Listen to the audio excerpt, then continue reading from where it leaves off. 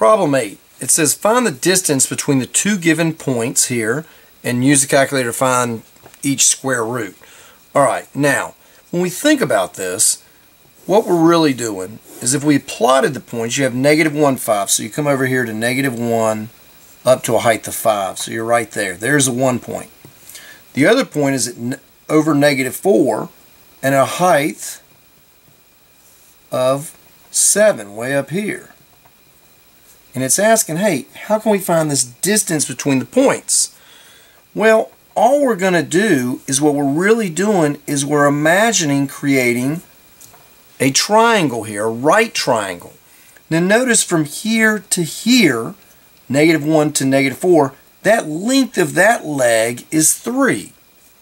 If this from here to here was a height of 5 to 7, that's a height of 2. So what we really have is we can use the Pythagorean theorem here with one leg 2, another leg 3, and we're trying to find really the hypotenuse. That's what we're going to be doing here every single time we're trying to find a distance between 2 points. You can always draw a picture here, get the one leg, the other leg, and then use Pythagorean theorem.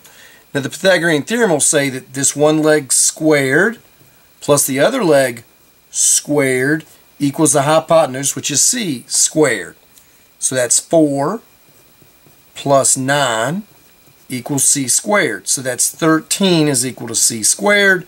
We now simply take the square root of both sides, and the square root of 13 is approximately 3.6. So we're going to say c is approximately 3.6, rounded to the 10th spot. And so that's what we're going to end up getting. The real exact answer is square root of 13. Once we round it, you're going to get 3.6. Now, if we did the distance formula says it's simply the change in your x's squared plus the change in your y squared. Now notice the change in your x's, that's what we were really doing over here. We said, hey, how far apart are these guys? What's the difference between them?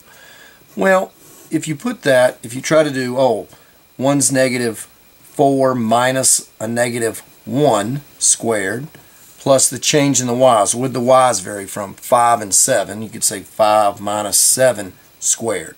So I'll simply put the numbers in here, the difference of the x's. Your x's are negative 4 and negative 1, so I subtracted negative 4 and negative 1. Here are your y's, so I subtracted your y values, and then I'm going to square it. Now look what we get when we do this. It's going to give us the same thing right here. This formula is nothing more than the Pythagorean theorem.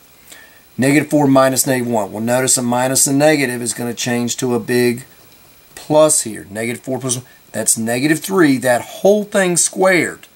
Don't make the mistake of dropping the parentheses, because if you do that, it's saying the opposite of 3 squared. We don't want that. We want negative 3 squared. Plus 5 minus 7, negative 2 squared. Well, negative 3 times negative 3, that's a 9.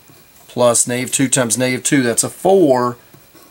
Notice you get the square root of 9 plus 4, which is square root of 13, which, as I said, is approximately 3.6. I always use the distance formula just because I know I simply look at this, I look at my two x's, I subtract them and square it, look at the difference in my y's, square it, add these two together, boom, get my answer.